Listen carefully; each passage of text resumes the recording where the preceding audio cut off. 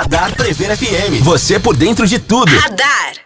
Prever FM, 12:03, e uma ótima tarde pra você que tá aqui no 100.9 nesta segunda-feira. E aí, tá no trânsito, no seu carro, na sua casa, no seu trabalho, ou você conectar através do nosso aplicativo agora. Se não tem o nosso app, é só baixar aí pro seu Android ou iOS e ouvir a nossa programação em qualquer lugar. Boa tarde, Júnior. Fala, Joandre, uma ótima tarde a você, a todo mundo que sintoniza o 100.9 da Prever FM. Começamos mais uma edição do Radar, música e conversa boa, sempre com um bom bate-papo pra você. E hoje recebendo o Valdinei Campanucci, da Vigilância Ambiental em Saúde. O Ney que já esteve aqui o ano passado, antes da vacinação contra a dengue.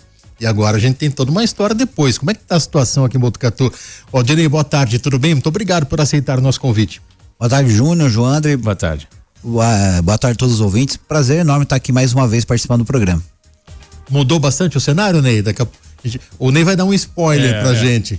Muito, né? Hoje nós estamos aí com 30 casos de dengue, comparado com os 2 últimos anos, está numa situação favorável, mas não podemos descuidar. É isso. Daqui a pouco aqui no Radar da Prever FM. Radar Prever FM. Prever FM, 12:12, esse é o Radar, música e conversa boa até 1h. Hoje recebendo Valdinei Campanucci, coordenador da Vigilância Ambiental em Saúde. Ô Ney, na última vez que você esteve aqui no final do ano passado, a gente vivia um estado ainda melhor se a gente comparado com os outros anos, né? Mas estávamos naquele momento antes da vacinação, que ocorreu acho que em janeiro deste ano, né? E o que vocês notaram, vocês da vigilância notaram de lá para cá? Porque uma coisa é a população estar imunizada. Outra coisa é a gente ainda ter focos serem registrados aqui em Botucatu, né, Ney? Então, Júnior, na verdade a gente tem que se atentar para uma situação também que a dengue ela é sazonal, né? Ela acontece principalmente nesse período do ano, os meses de maior transmissão é março, abril, maio, mas ela é cíclica também. Então nós viemos de 2 anos de transmissão intensa, 2024 e 2025. Então a gente já sabíamos que 2026 seria um cenário diferente, com pouca transmissão. Isso é característico de dengue, né? E muita gente utiliza até dessa situação para fazer oba-oba, mas a gente é bem realista e nós já sabíamos que 2026 seria diferente, como está sendo aí em todo o estado de São Paulo, no restante do Brasil também. Mas a gente tem que ter esse cuidado por conta de introdução de outros sorotipos, mas o que ajuda bastante o nosso cenário epidemiológico também é a vacinação, né? Que aconteceu aí 18 de janeiro e ela vem se estendendo ainda, né? O primeiro dia de campanha mesmo foi em 18 de janeiro e isso vai ajudar bastante o nosso cenário epidemiológico por conta desse grupo, dessa faixa etária, que é dos 15 aos 59 anos, que é praticamente o grupo mais acometido pela doença. Então isso vai ajudar bastante também nós aí mantermos números controlados aí da doença. Mas outro fator importante também é o combate ao mosquito, né? A vacina ela vai imunizar todo mundo, mas existem outras faixas etárias que não foram ainda contempladas com a vacinação. Então por isso a gente tem que manter os cuidados necessários de estar eliminando as condições favoráveis à proliferação do mosquito. E um fator importante é que em 2025 a gente manteve aí um índice controlado durante todo o ano, né? Com índices abaixo da média. O índice de janeiro deste ano foi o menor dos últimos 15 anos, então isso favorece aí a estar controlando a circulação viral no município. Ô Ney, a gente tem um termo que se usava na pandemia, né? Imunidade de rebanho. A dengue tem isso? Então, a dengue, ela pode ter isso, né? Pensando não na população imunizada, mas para aquele determinado sorotipo, que a dengue ela possui 4 sorotipos, né? Dengue 1, 2, 3 e 4. Em Botucatu, desde que a gente começou a fazer esse levantamento, onde a gente teve um ano lá com mais transmissão, o primeiro ano com maior número de transmissão foi 2015, com perto de 800 casos confirmados. E desde então, o que vinha circulando no município de Botucatu era o sorotipo 1. Então e depois de 2024, com mais de 16.400 casos de dengue, então a gente tinha uma população aí imunizada ao uma boa parte da população imunizada é esse sorotipo 1 que vinha circulando. Mas em 2025 já começou a circular o sorotipo 2 também. Que é o sorotipo que principalmente estava circulando ali em Conchas, município vizinho nosso aqui, que Conchas viveu uma situação bem complicada em 2025, parecido com o que nós vivemos em 2024. Então já tinha esse sorotipo 2 circulando. E na regional de saúde, aqui da nossa, que é os municípios aqui do grupo de vigilância epidemiológica de Botucatu e de Bauru, né, que é esse DRS aí, nós já tínhamos os 4 sorotipos circulando. Então a vacinação, ela vem num momento muito oportuno, porque a gente sabe que depois de um período, como eu falei que a dengue é cíclica, depois de 2 ou 3 anos, pode ter a introdução de um novo sorotipo, né? Esse novo sorotipo ganhar corpo e começar uma nova transmissão. Então, com essa imunização da população, a gente vai ter uma diminuição de casos, mas principalmente de casos graves. Então, isso vem para colaborar aí, para estar dando uma situação mais, vamos dizer assim, confortável a toda a população. Qual que é o sorotipo que pode ser mais letal? Na verdade, Júnior, o pessoal comenta muito sobre o sorotipo 2, mas na verdade vai depender muito da imunidade de cada indivíduo, né? Teve gente que pode pegar dengue duas, né? A gente sabe que uma segunda infecção por dengue ela pode desencadear um quadro mais grave, mas isso não é uma regra. Mas como tem pessoas que são acometidas pela primeira vez e pode ter um agravamento do seu quadro. Então o pessoal associa muito ao sorotipo 2, né? Mas na verdade vai depender muito aí de cada organismo mesmo, como que vai responder àquela infecção. Ô Ney, você e toda a sua equipe, vocês estão todos os dias ali no combate há muito tempo aqui em Botucatu. Existiu temor entre vocês, agora que teve a vacinação, o pessoal vai relaxar de vez com relação às condições propícias para a proliferação do mosquito, né? Na verdade, essa preocupação sempre tem, né? Mas a gente sempre procura bater nessa tecla de que, por mais que tenha uma população, eu acho que agora a gente teve mais um final de semana, devemos estar perto dos 36 mil pessoas imunizadas, mais ou menos nesse número, mas a gente não pode descuidar, porque não quando a gente fala de dengue, né, das arboviroses, não é só dengue, a gente tem chikungunya e tem outras possibilidades com a Aedes aegypti, ele tem uma capacidade de estar transmitindo. Então, o trabalho não vai esmorecer por conta disso, nossas orientações junto à população, que por mais que tenha vacina, nós precisamos manter os cuidados necessários para tornar aí o ambiente impróprio à proliferação do Aedes, porque ele pode transmitir ainda chikungunya, né, zika vírus, enfim, esse mundo globalizado nosso, de repente já entra um outro vírus aí que o Aedes seja capaz também de transmitir, então a gente tem que manter os cuidados sempre. Eu fiquei decepcionado com 36 mil só, né, Ney? E a gente tinha vacina disponível aqui, não? E a expectativa era que a gente atingisse pelo menos 40 mil, metade das 80 mil doses que estavam disponíveis, né? Isso. A população, ela não entendeu muito bem, né? Quando a gente foi divulgado isso que Botucatu participaria desse projeto, né? A população podia ter aderido mais por conta da dengue ser uma doença muito grave.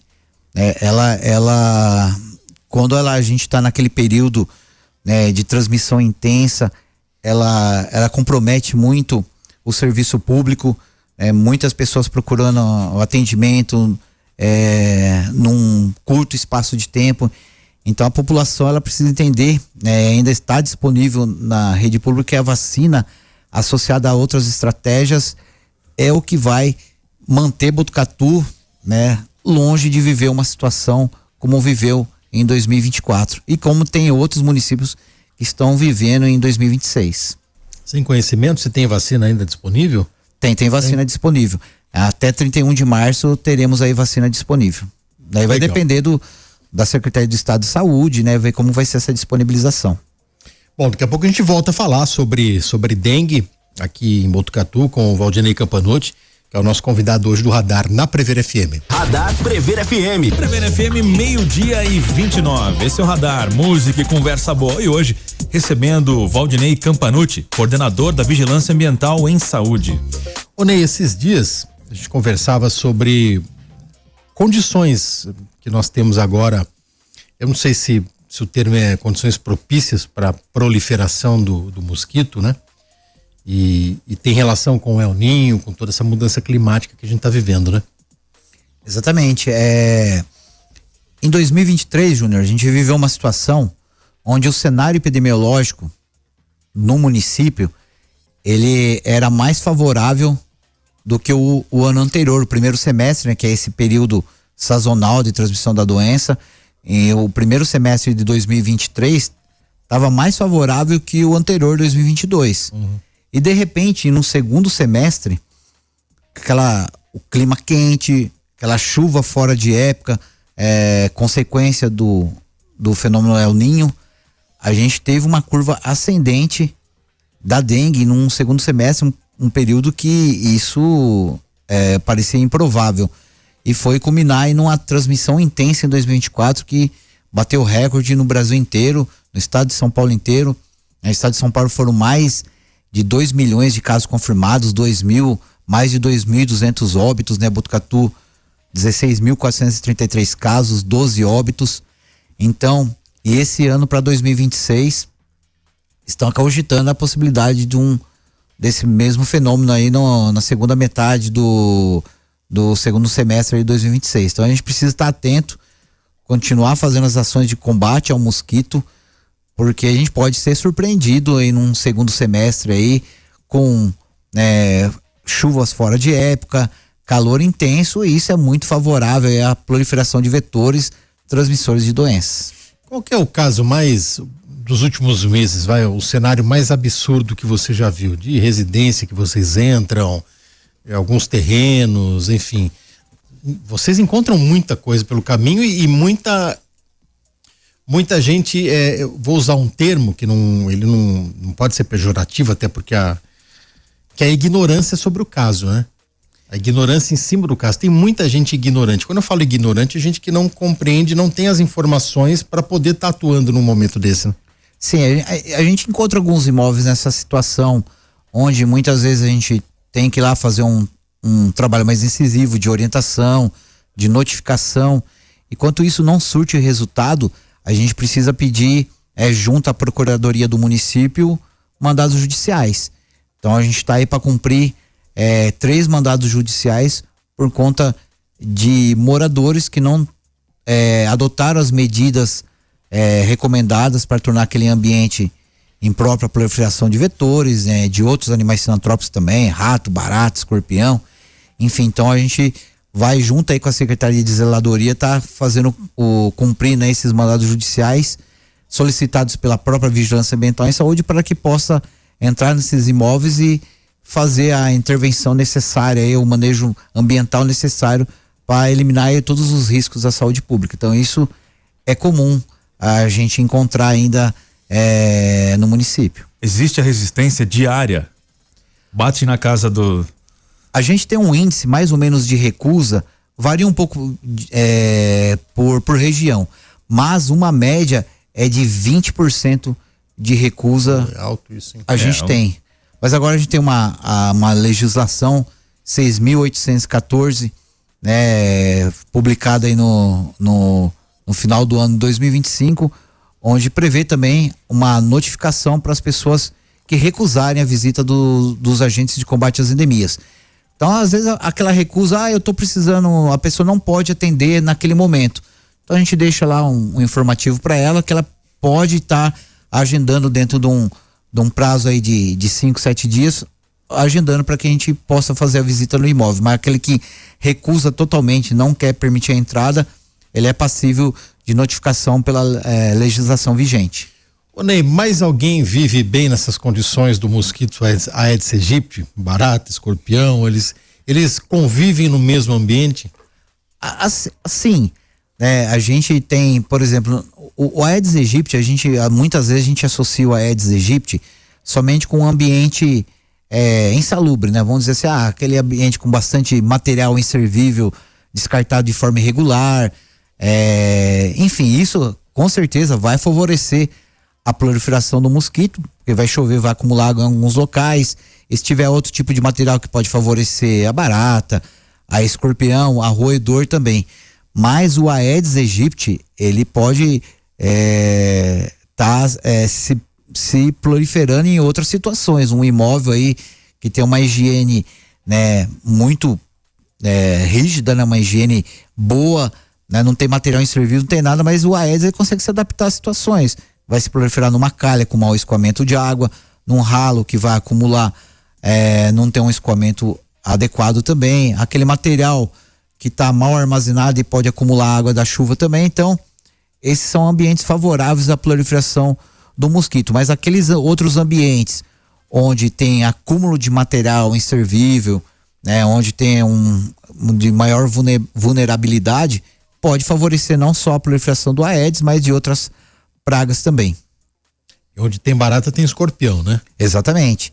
Onde se prolifera barata, tem grande chance de ter escorpião, porque a barata em ambiente urbano é a principal fonte de alimento do escorpião, né? Hoje nós temos aí 2 espécies de importância médica no município de Botucatu, que é o Titius cerulatus, que é o escorpião amarelo, né? O principal que vai causar acidentes graves, principalmente envolvendo criança, que é o escorpião amarelo, e temos também o escorpião marrom, Titius baiensis, que também é de importância médica, e eles se proliferam aí em locais úmidos, acúmulo de materiais inservíveis, e tem como sua principal fonte de alimento as baratas. Então, por isso, um ambiente bem cuidado, você acaba eliminando qualquer situação de risco. Não oferecendo alimento, né? Não Exatamente. Água. Eu li uma vez, na internet a gente vê tanta coisa, né? Mas que a barata, ela tinha capacidade de sobreviver a um acontecimento nuclear, uma tragédia nuclear. Tem fundo de verdade isso? Tem. Isso? Tanto a barata quanto o escorpião são bichos que estão aí, são pré-históricos, né? Eles sobreviveram às situações mais catastróficas que o planeta passou, esses animais sobreviveram, né? Então o escorpião a gente não pode subestimar, como a barata também, porque a gente acha, mas por que não passa lá um veneno, né? Um inseticida? O escorpião, ele tem uma capacidade muito grande de adaptação, de se aprender a se virar nas situações mais adversas. Então a gente não pode subestimar. Então realmente, para a gente ter um ambiente livre dessas pragas, é fazer um manejo ambiental, né? Eliminar as condições favoráveis de alimento, de abrigo, porque então tem que ter esse manejo integrado, que não é só aplicação de produto químico que a gente vai resolver o problema, não. Ô Ney, aquelas caixinhas de iscas, aquilo lá funciona ou não? Funciona, né? Para alguns tipos de, por exemplo, para barata, que a gente fala mais que é a barata de esgoto periplaneta americana. Essa barata de esgoto funciona, você colocar em locais estratégicos, num imóvel, num local alvo do problema, você vai ter.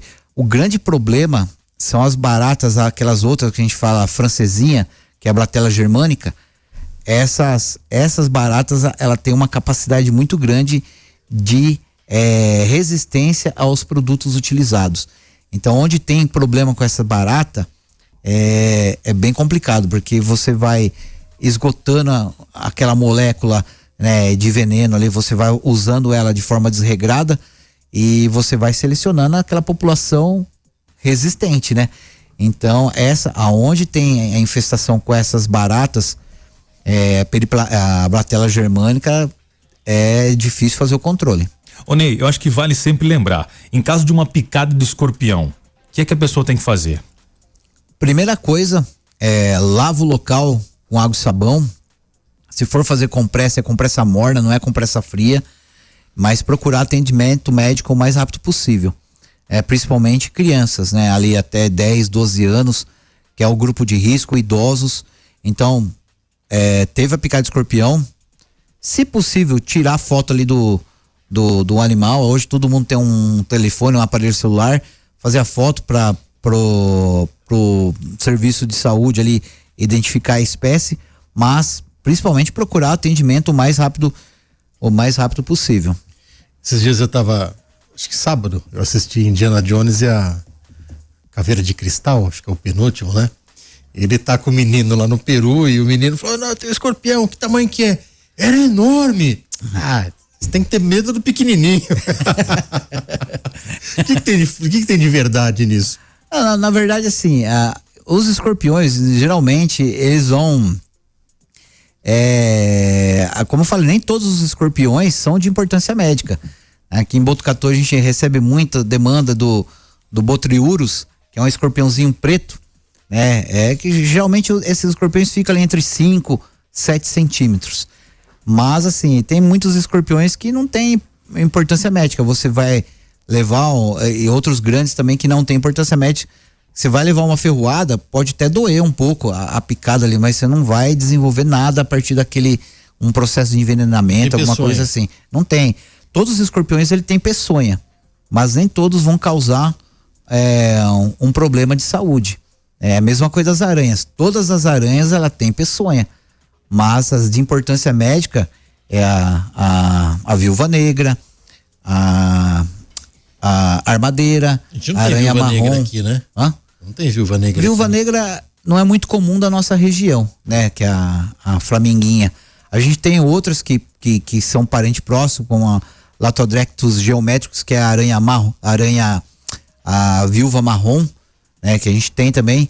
Mas assim, e tem agora as outras é muito comum achar armadeira, achar a aranha marrom, né? A armadeira é uma das piores, que tem também um veneno neurotóxico. A aranha marrom já é mais difícil acontecer o acidente, que a gente precisa, é aquela que está muito dentro de casa, que você precisa comprimir ela contra o seu corpo para ela conseguir picar. Então os acidentes assim, é mais difícil de acontecer. Agora a aranha marrom é aquela que está num terreno com entulho, com uma vegetação muito crescida, é onde que pode também acontecer os acidentes mais graves. Não é assim, mas todo escorpião ele vai ter peçonha, mas nem todos são de importância médica, nem todos são alvos de controle, como a aranha também.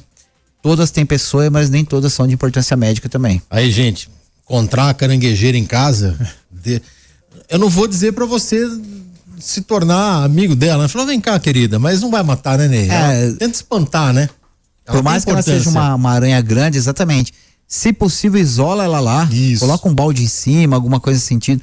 Liga pra Vigilância Ambiental e Saúde que a gente faz aí o resgate dessa aranha e depois solta em local adequado. E tem gente que manda o rodinho nela, né? Sim, Já são um animalzinho, um bichinho bonito, rapaz. Tem gente que cria, né? De forma legalizada pode criar, mas essas que a gente encontra aí na natureza, a gente vai pegar e a gente vai fazer a soltura dela em ambiente apropriado. Tem muita gente que cria de forma ilegal. Eu conheço gente que cria cobra em aquário. Eu acredito que sim, viu, Júnior? Existe hoje, você consegue comprar bastante animal silvestre e exótico de forma legalizada, né? Hoje, com a internet você vai pesquisar e você consegue comprar tanto serpentes como aranhas ou outros mamíferos de forma legalizada. O que é ser legalizado? É um criatório, né? Regularizado, animal microchipado, onde você for abordado por alguma fiscalização, eles vão passar o leitor de microchip, vai ter toda a informação daquele animal. Agora, você pegar um animal silvestre da natureza e começar a criar, né, ou comprar um animal que não é microchipado, não é legalizado, você vai ter problemas sérios aí de tráfico de animais, né? Então, não façam isso, que é problema. Rápido break, daqui a pouco a gente volta aqui conversando com o Valdinei Campanucci no radar da Prever FM. Prever FM, 12:46, voltamos aqui com o radar, música e conversa boa. E hoje recebendo o Valdinei Campanucci, coordenador da Vigilância Ambiental em Saúde. Ô Ney, vou aproveitar e perguntar em que pé nós estamos com relação à raiva. Então a raiva, Júnior, a gente teve aí um caso confirmado, né, de morcego positivo para raiva. A gente tem acompanhado isso também em outros municípios que tem esse trabalho de vigilância ativa, também identificando morcegos positivos para raiva, mas é bom a gente enfatizar que os morcegos são reservatórios naturais do vírus da raiva, né? Mas quando a gente fala na doença raiva, ela tem variantes. Então aquela raiva que deixava o cachorro louco, que a gente fazia a vacinação anual, é a variante 2 do vírus da raiva. É uma variante cujos sintomas no mamífero acometido por ela é a raiva furiosa. Que isso que era muito um problema sério de saúde pública, um animal acometido pela raiva, né? A raiva é quase que podemos falar 100% letal, mas é aquele animal que ele saía furioso, né? Aquele problema neurológico que saia mordendo um, mordendo o outro e infectando outros animais e também pessoas. Então essa raiva pela variante 2, a gente não tem no estado de São Paulo um cão positivo para raiva pela variante 2, o último cão identificado foi em 1999 e pessoa acometida pela raiva pela variante 2 também desde 1998. Então, e Botucatu não tem cão positivo para raiva desde 1985, de acordo com as informações lá da Unesp. Mais de 40 anos. Bastante tempo. Então, a partir desde 2020 a gente não tem mais a campanha de vacinação em massa.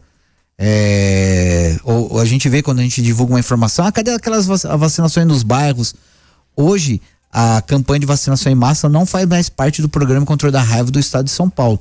Então os municípios recebem doses, né, para imunizar animais que tiveram exposição de risco ao vírus da raiva, por exemplo, contato com morcego ou com mamífero silvestre, e fazer as vacinações de rotina, como a gente faz anualmente. Por enquanto, o estado de São Paulo está passando, não só o estado de São Paulo, mas o Brasil, por um momento de desabastecimento da vacinação antirrábica. Então, hoje, o quantitativo que tem nos municípios está sendo reservado para aqueles animais, cães e gatos que tiveram exposição ao vírus da raiva, ou seja, contato com morcego ou com qualquer outro mamífero silvestre. Mas isso deve se normatizar em maio, pelo que indica o Instituto Pasteur, que em maio tudo volta ao normal, daí a gente começa de novo com as vacinações em rotina.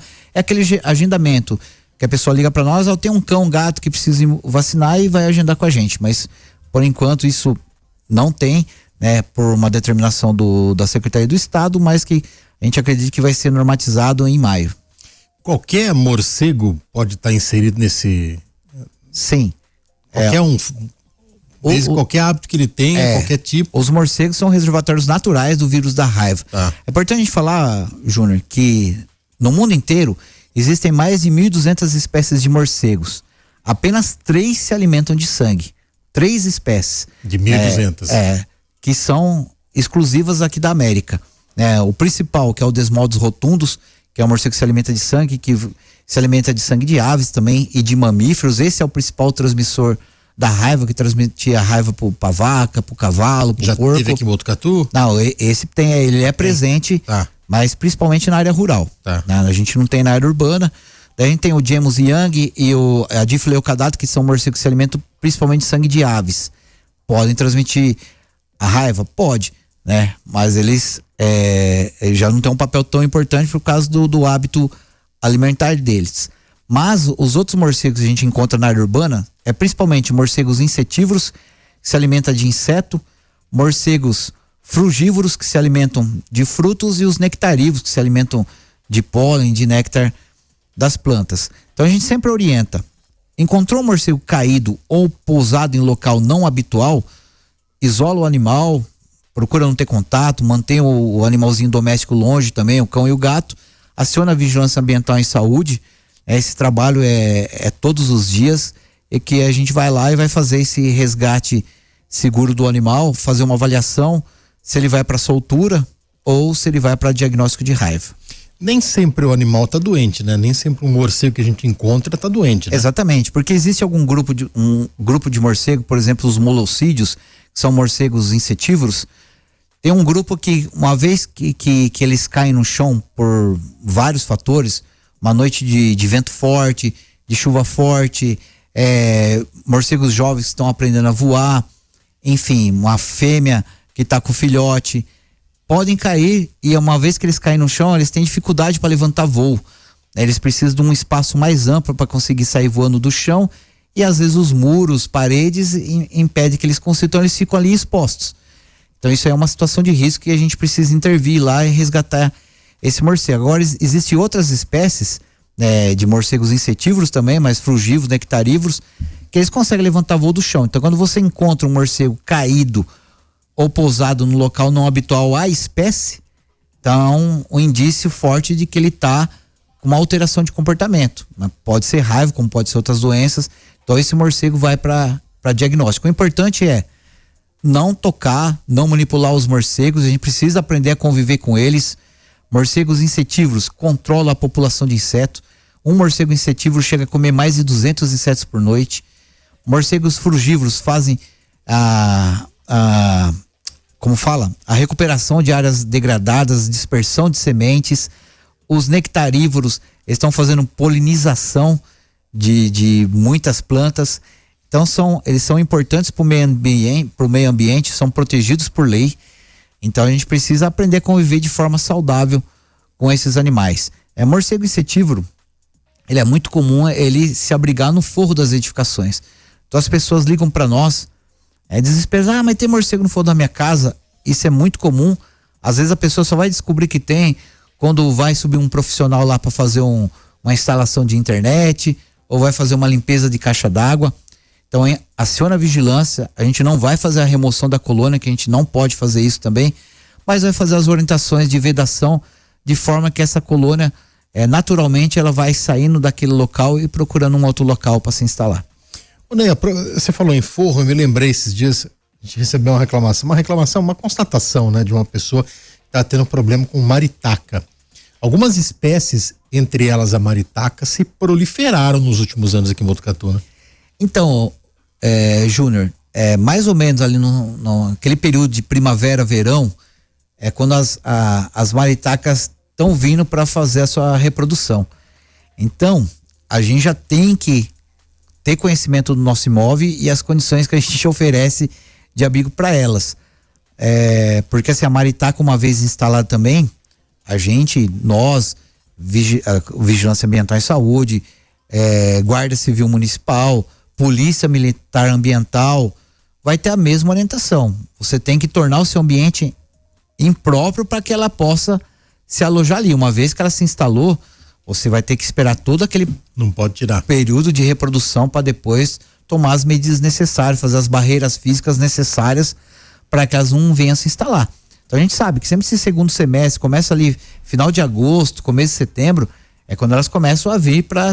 Então, o ano passado eu já tive problema, então eu já vou olhar o que tem de acesso ao forro da minha edificação, já vou fazer uma barreira física ali para que elas não voltem a se abrigar ali. Elas descascam fios, né? Sim, elas acabam roendo fios, elas acabam causando algum prejuízo.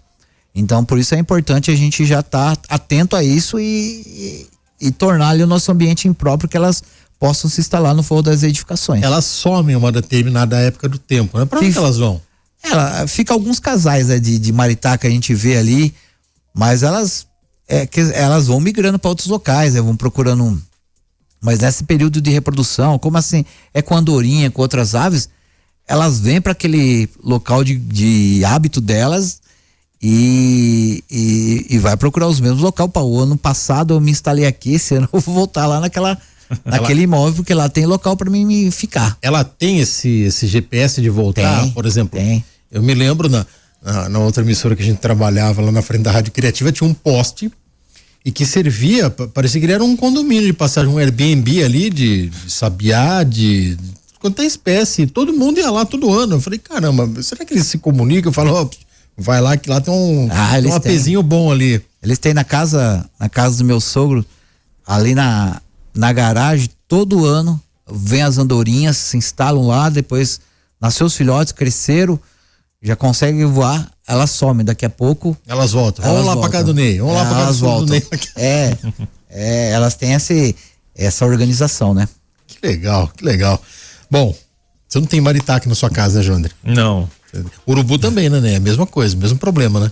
O urubu é a mesma coisa também. O urubu, eles acabam também se utilizando. Às vezes a pessoa deixa o alçapão da casa aberto, o urubu vai se aproveitar disso, ou de uma outra situação, mas são aves silvestres também que a gente não pode fazer o manejo.